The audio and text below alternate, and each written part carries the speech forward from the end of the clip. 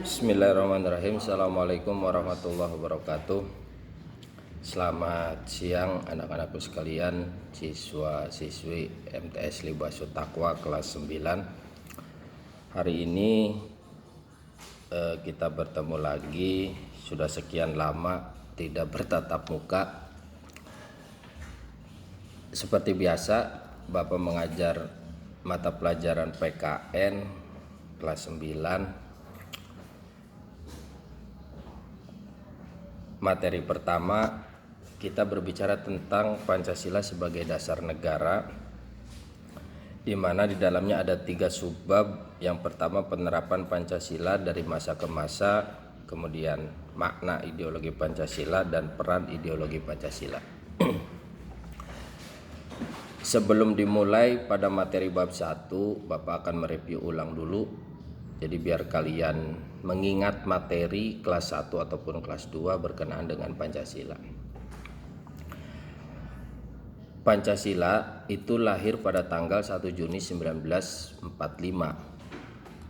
Dan alhamdulillah sampai sekarang kita mengenal lahirnya Pancasila itu kita peringati 1 Juni. Setiap tanggal 1 Juni kita peringati hari lahirnya Pancasila. Itu berawal dari sidang BPUPKI yang ketiga pada tanggal 1 Juni 1945 oleh BPUPKI atau Badan Penyelidik Usaha-Usaha Persiapan Kemerdekaan Indonesia. Dan ini disampaikan oleh Insinyur Soekarno pada saat itu pada sidang BPUPKI hari yang ketiga.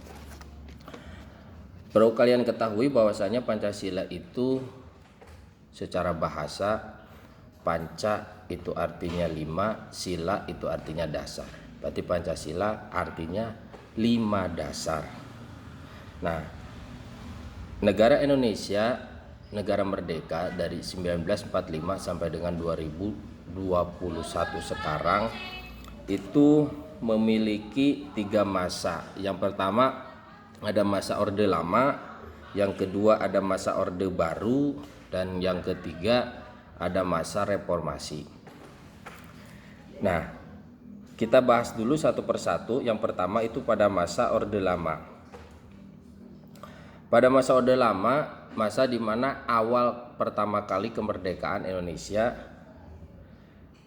pemerintahan pada saat itu yang dikepalai oleh seorang presiden, Insinyur Soekarno, dan wakil presidennya Muhammad Hatta, masih berkutat bagaimana mempertahankan kemerdekaan atau menjaga kedaulatan Republik Indonesia pada saat itu. Makanya Pancasila hanya sebagai dasar negara dan diimplementasikan dalam bentuk yang berbeda-beda. Nah, di masa Orde Lama ini ada 3 periode. Yang pertama itu periode 1945 sampai dengan 1950. Pada periode ini Pancasila bukan saja menjadi sebuah masalah, tetapi lebih dari itu ada upaya-upaya untuk mengganti Pancasila sebagai dasar negara dengan paham komunis.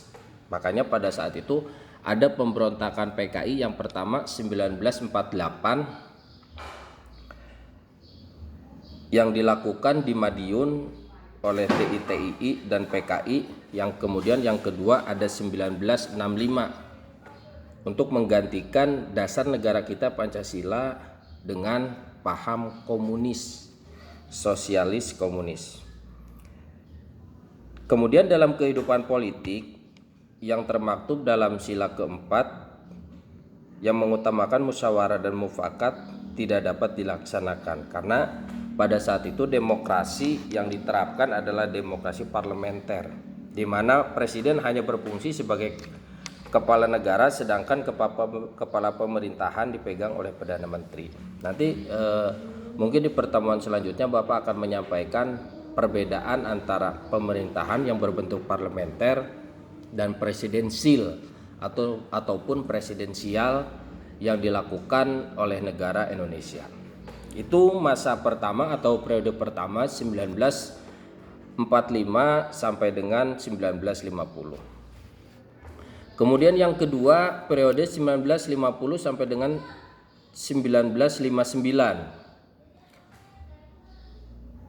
di mana dasar negara tetap itu menggunakan Pancasila, tetapi rumusan sila keempat bukan berjiwakan musyawarah mufakat, melainkan berdasarkan voting. Voting itu suara terbanyak. Jadi sistem pemerintahannya berbentuk liberal pada saat itu, sehingga lebih menekankan kepada hak-hak individualis.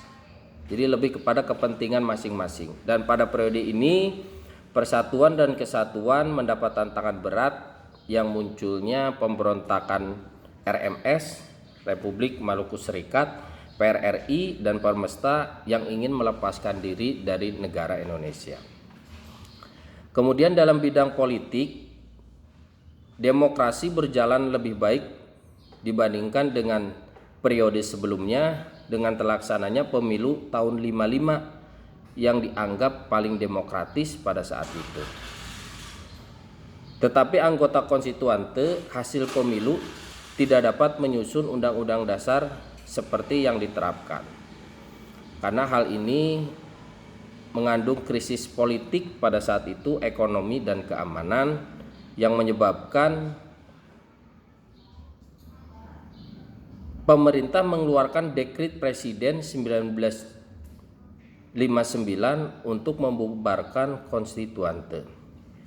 Dan pada saat itu Undang-Undang Dasar sementara 1950 pun tidak berlaku dan kembali lagi ke Undang-Undang Dasar 1945. Itu periode yang kedua dengan menggunakan ideologi liberal. Pemerintahannya menggunakan pemerintahan yang liberal. Masih ingat periode pertama itu parlementer 1945 sampai dengan 1950, kemudian periode yang kedua 50 sampai 59 menggunakan demokrasinya liberal. Dan yang terakhir masa Orde Lama ada periode 1956 sampai 65, di mana pada periode ini Indonesia menggunakan demokrasi terpimpin. Demokrasi bukan berada pada kekuasaan rakyat, sehingga yang memimpin adalah nilai-nilai Pancasila, tetapi berada pada kekuasaan pribadi Presiden Soekarno. Dan ini merupakan cikal bakal yang kemudian Presiden Soekarno lengser dari jabatan sebagai Presiden Republik Indonesia yang pertama. Di mana pada tahun ini juga terjadi pergolakan secara ideologi, karena pada saat itu PKI dengan DITII melakukan sebuah pemberontakan yang ingin mengubah dasar negara kita dari Pancasila menjadi sosialis komunis pada saat itu, yang kemudian kita kenal dengan kejadian G30 SPKI. Nah, kejadian pemberontakan G30 SPKI, di mana ada 9 jenderal menjadi korban atas keganasan dari gerakan yang dilakukan oleh PKI pada tanggal 30 September 1965. Itu masa periode pertama penerapan Pancasila. Kemudian yang kedua masa Orde Baru. Masa Orde Baru ini melaksanakan Pancasila dan Undang-Undang Dasar secara murni dan konsekuen sebagai kritik terhadap Orde Lama yang telah menyimpang dari Pancasila. Karena pada saat itu ketika zamannya Orde Baru yang dimana dipimpin oleh Jenderal Soeharto pada saat itu sebagai presiden, itu begitu ketat dalam pelaksanaan penerapan Pancasila. Makanya kemudian ada istilah konsep P4. Nah, konsep P4, pedoman, penghayatan, dan pengamalan Pancasila pada saat itu. Jadi mulai dari SD, SMP atau MTS, kemudian SMA, aliyah atau SMK, dan terakhir di perguruan tinggi harus hafal semua tentang P4 tadi, pedoman, penghayatan, dan pengamalan Pancasila. Sampai ke tingkatan kabinet itu harus dihafal oleh siswa-siswa SD sampai dengan SMA. Secara praktek di lapangan, masyarakat merasa terbantu oleh pelaksanaan dari P4 tersebut. Gotong royong jalan, saling membantu sama lain pun jalan, semua jalan. Jadi seolah-olah bangsa Indonesia itu berjalan dengan baik, walaupun di belakangnya itu terjadi banyak gejolak, karena pada saat itu mau tidak mau bahwa pemerintahan Soeharto itu bersifat otoriter pada saat itu, karena semua kebijakan itu tergantung pemerintah pusat. Nah, makanya dari masa Orde Baru ini kemudian muncullah gerakan-gerakan separatis di tiap daerah. Salah satunya adalah GAM, Gerakan Aceh Merdeka. Awal mulanya GAM ini itu para jenderal yang ada di Aceh itu melakukan perlawanan terhadap penjajah yang kemudian bergerilya ke hutan. Ketika kembali lagi ke daerahnya masing-masing, ternyata pembangunan yang ada di Aceh itu tidak sesuai dengan harapan dari mereka. Karena apa? Sumber daya alam yang ada di Aceh pada saat itu berupa gas alam itu diambil semua oleh pusat, tetapi tidak ada pembangunan dari pusat untuk daerah.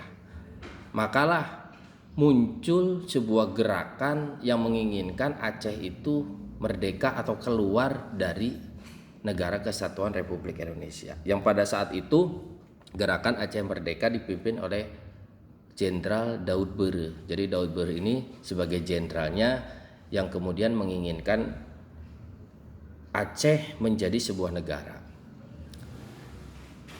Salah satu bentuk dari perlawanan tersebut itu sampai hari ini, kalau nggak salah tahun 2015 itu baru berakhir GAM. Pada saat itu diselesaikan oleh Wakil Presiden kita Yusuf Kala, yang kemudian menghasilkan bahwasanya Gerakan Aceh Merdeka itu boleh berkibar tetapi tidak boleh keluar dari Negara Kesatuan Republik Indonesia. Bentuk kekecewaan dari masyarakat Aceh pada saat itu salah satunya adalah ketika pemerintahan Insinyur Soekarno 1965 itu negara kita Indonesia itu pertama kali membeli pesawat terbang itu dengan menggunakan uang hasil dari sumber daya alam yang diambil dari masyarakat Aceh. Nah, disitulah awal pertama kali cikal bakal munculnya gerakan separatis yang ada di Aceh yang kita kenal dengan GAM. Masih banyak lagi di lain-lain daerah, ada Permesta, ada RMS, Republik Maluku Serikat, yang menginginkan keluar dari Indonesia pada saat itu. Itu nanti kita sampaikan di materi selanjutnya. Kemudian yang terakhir itu pada masa Orde Reformasi, mungkin reformasi ini mulai 97, 98.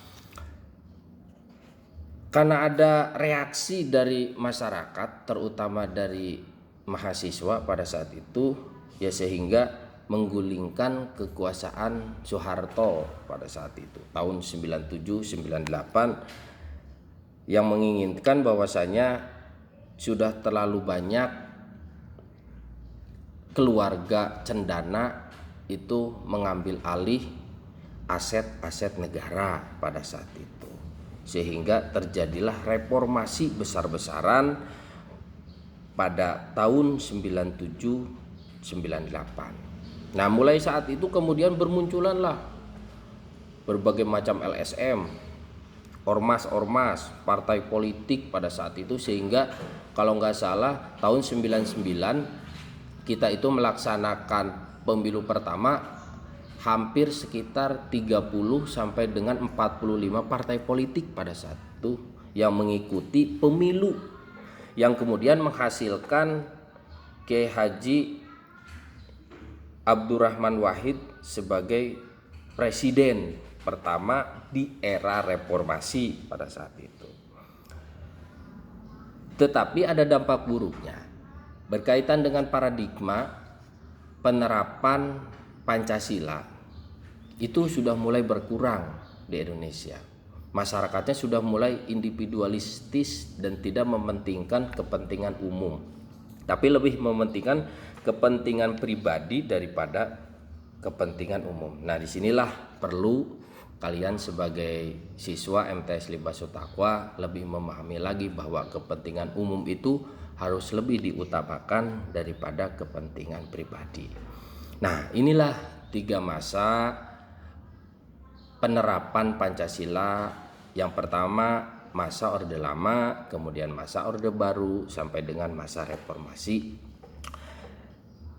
yang bisa Bapak sampaikan pada kesempatan kali ini. Untuk itu silakan kalian nanti dibaca lagi setelah mendengarkan penjelasan dari Bapak. Silakan kalian baca ulang subtema awal A mengenai penerapan Pancasila dari masa ke masa. Silakan dibaca ulang untuk memahami, oh ternyata Pancasila itu penting buat tata kehidupan bermasyarakat, berbangsa dan bernegara untuk kalian semua. Nah, nanti mulai minggu depan Bapak akan membahas tentang makna ideologi Pancasila. Setelah kalian membaca tentang penerapan Pancasila dari masa ke masa, di situ ada penilaian harian, ada 5 soal yang harus kalian jawab. Silahkan, ada 5 soal. Yang pertama, kapan Pancasila mulai dibicarakan sebagai dasar negara, yang tadi Bapak sampaikan ketika BPUPKI tanggal 1 Juni 1945 pada sidang yang ketiga. Kemudian implementasi Pancasila pada masa Orde Lama tadi 1945 sampai dengan 1949, 50 sampai dengan 59, 59 sampai dengan 65. Nah, itu tahapan-tahapan masa penerapan Pancasila di masa Orde Lama. Kemudian bagaimana implementasi Pancasila pada periode 1950 sampai 59, yang tadi yang Bapak sampaikan bahwa pada masa 50 sampai 59 Indonesia itu menggunakan demokrasinya adalah demokrasi liberal pada saat itu, di mana undang-undang dasar yang digunakan adalah UUDS 1950. Kemudian apa yang dilakukan Insinyur Soekarno dalam mengimplementasikan Pancasila pada periode 56 sampai dengan 65. Tadi yang demokrasi terpimpin, seolah-olah Insinyur Soekarno melaksanakan pemerintahan itu secara otoriter, yang kemudian sebagai cikal bakal Soekarno lengser dari kursi pemerintahan atau kursi presiden. Dan kemudian terakhir apa yang dimaksud dengan Eka Prasetya Pancakarsa. Nah, tinggal kalian tulis jawabannya di buku kalian. Nanti ketika ada jadwal rolling dengan Bapak, tolong dibawa dan dikumpulkan. Mungkin itu saja dulu ya. Sekali lagi silakan baca penerapan Pancasila dari masa ke masa dan isi penilaian hariannya. Kita ketemu lagi minggu depan. Terima kasih. Assalamualaikum warahmatullahi wabarakatuh.